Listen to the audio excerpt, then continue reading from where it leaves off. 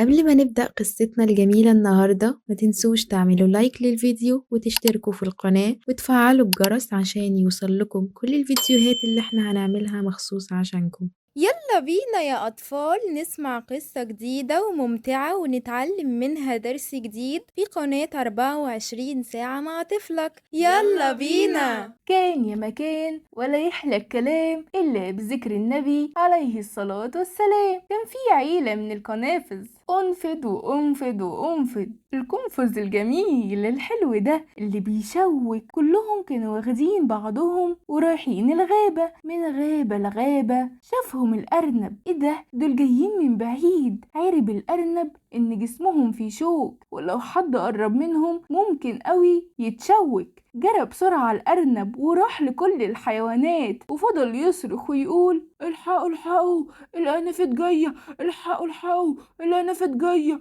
الحقوا الحقوا، الأنفد جاية. خافوا الحيوانات يا أصدقائي وكانوا مش عارفين يعملوا ايه، وقرروا انهم مش هيجوا أبدا أبدا جنب الأنافد دي، وكمان لازم يمشوهم من الغابة كلها. وهنا يا أصدقائي كل أنفد من الأنافد دي كان فرحان ومبسوط بمكانه الجديد وبيته الحلو وبيشوف الطبيعة الجميلة. الغابة دي كانوا فرحانين بيها قوي قوي عن الغابات التانية. وهنا أنفد زغنطوط من الأنافد خرج من الغابة وقال: أنا مبسوط قوي، الله ايه الجو الجميل الحلو ده، والبيت ده تحفة.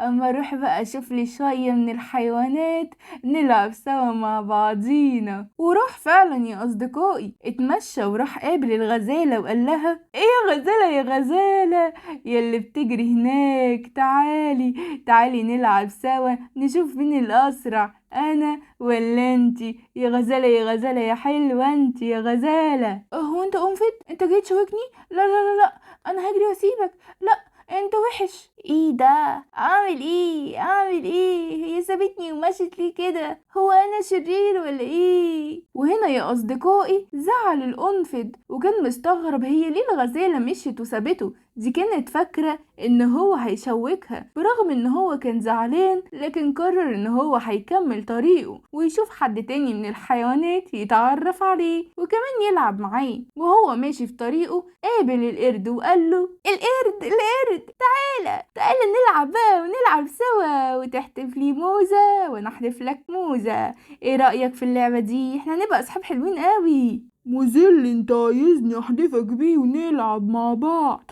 ده انا هحدفك بالموز فوق دماغك عشان عايز تشوكني. امشي من هنا بدل ما اضربك. انتوا بتسيبوني تمشوا ليه كده؟ انا جميلة اوي. ده ايه ده يا ربي؟ ده هما بيعملوا كده ليه معايا؟ زعل هنا يا اصدقائي الانفد. ايوه، هو مش اول حد يقابله يخاف منه، هو كله من الارنب. هو اللي قال لهم الانفد ده شرير وهيشوكهم وخوفهم منه، وهم صدقوه وما حاولوش ان حد فيهم يقرب منه ولا يكلمه. وبرضه الانفد ما يأس ابدا ابدا، وكان عنده امل ان ممكن يحبوه. ومشى في طريقه وقابل الزرافة وقال لها: ايه الطول ده؟ دي زرافة ولا ايه؟ يا زرافة يا زرافة يا زرافة، يلا يلا يلا تعالي بصي، اركب على ظهرك واطلع انط من فوقيكي، واطلع وانط فوق الزرع واتزحلق عليكي. تعالي يا زرافة نلعب مع بعض. ايه ده؟ هو انت اللي انفد ولا ايه؟ لا لا لا، انا ممكن يعني اجيب شجرة صغيرة واضربك بيها، ولا انت فاكر اني هخاف منك واجري زي الغزالة الجميلة الحلوة اللي هناك؟ بص، امشي بقى بعيد عني، انا طويلة وواثقة من نفسي قوي، وانت حتة بتاع صغير كده بتشوك، بس انا ممكن اضربك بالشجرة. ابعد عني قلتلك. تعالوا نكمل قصتنا الجميلة ونشوف هيحصل ايه. برضو يا أصدقائي محدش أبدا أبدا كان عايز يلعب معاه. رجع تاني الأنفت كان زعلان ومتضايق، وماشي لغاية ما وصل لبيته تاني ولقى اخواته وقرايبه الأنافت كلهم قاعدين ومبسوطين وكانوا فرحانين. بس ما كانش حد فيهم لسه نزل ولا شاف الحيوانات، وكان لسه هيحكي لهم وفجأة كان في صوت صراخ كان جامد قوي جاي من بعيد. ايه اللي حصل؟ ايه اللي جرى؟ ايه ده اللي جاي هناك ده ثعلب يا ماما، حد يلحقني، الثعلب هياكلني. لا لا، في ثعلب هناك بيجري بيجري ورا الغزالة، والغزالة بتجري وخايفة منه لحسن ياكلها. جريوا بسرعة الأنافد بأقصى سرعة عليهم. أول ما شافهم الثعلب كان مش عارف يعمل ايه الحاجات الصغيرة اللي بتجري عليه دي، لكن هجموا عليه وقعدوا يشوكوه والثعلب يقول ايه ده ايه الشوك ده؟ لا لا لا لا أنافد،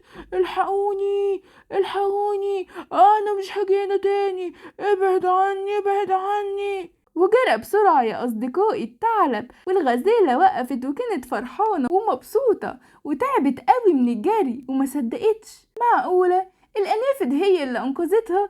كل الحيوانات يا أصدقائي خرجوا من أماكنهم على طول، لكن كانوا خايفين. معقولة هيقدروا ينقذوا الغزالة من غير ما الثعلب ياكلهم؟ وممكن كمان يكون في ثعالب تانيين ويهجموا عليهم.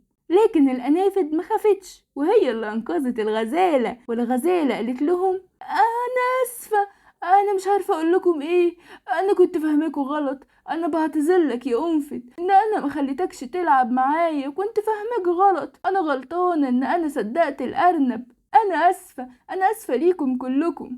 إيه بصراحة أنا كمان يعني بعتذرلك. أيوة أنا صحيح أنا زرافة طويلة، بس ما اكدبش عليك أنا صدقت الأرنب. وهنا يا أصدقائي الأرنب اعتذر للأنافد وكمان الحيوانات. أيوة هو ما كانش ينفع إن هو يروح ويقول لهم إن الأنافد بتشوك من غير ما يتعرف عليها، حتى لو من بعيد لازم يشوفها هي فعلا هتأذيه ولا لأ.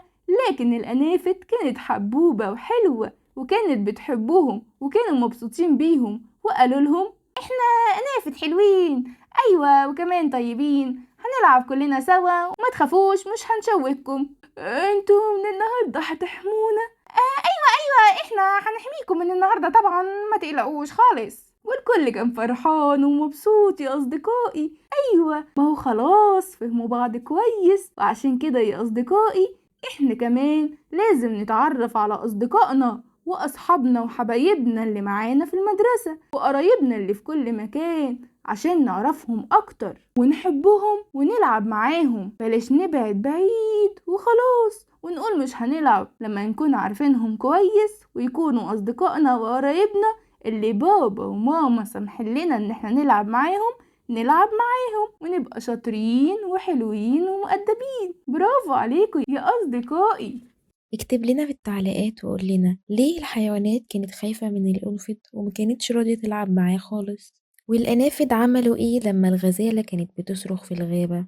واكتب لنا في التعليقات ايه أحسن قصة سمعتها في القناة واتعلمت منها ايه. بعد ما سمعنا قصتنا الجميلة النهاردة اوعى تكون نسيت تعمل لايك واشتراك للقناة وتفعل الجرس عشان يوصلك كل الفيديوهات اللي احنا بنعملها عشانك.